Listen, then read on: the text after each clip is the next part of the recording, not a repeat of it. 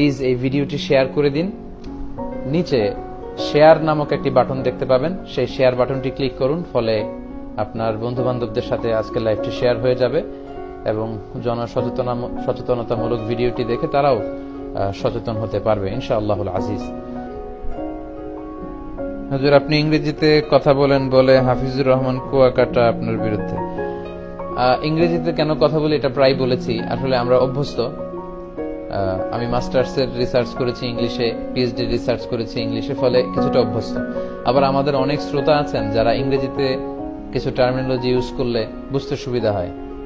Europe আমেরিকার, বিশেষ আমেরিকার অনেক গার্ডিয়ানরা বলে যে হুজুর আর একটু বেশি যদি ইংরেজি শব্দ আপনি ব্যবহার করেন আমাদের ছেলে মেয়েদের বুঝতে হুজুর খুবই সুবিধা হবে। ওরা born and brought up in America, আমেরিকায় জন্ম, আমেরিকায় বড় হয়েছে, আপনার আলোচনাগুলো খুব বুঝতে পারে, আর একটু বাড়িয়ে বলেন।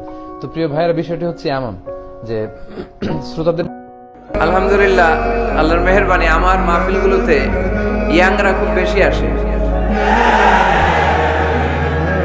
আমি খেয়াল করে দেখলাম যে 15 থেকে 25 বেশিরভাগ। গলার জোর দেখছেন? জোর আলহামদুলিল্লাহ। মুরব্বী ভাইরাও আসে। তো এই জন্য আমি ওই আপনির পরিবর্তে অনেক সময় তুমি বলি। আমি বলি যে বসো। তো কয়েকজন আমার বললো হুজুর আপনি যে বসো বলেন, অনেক মুরব্বী তো আছে এখানে, মুরব্বী। আমি মুরব্বীদের দিকে ইঙ্গিত করে যখন বলি তখন বলি যে বসেন।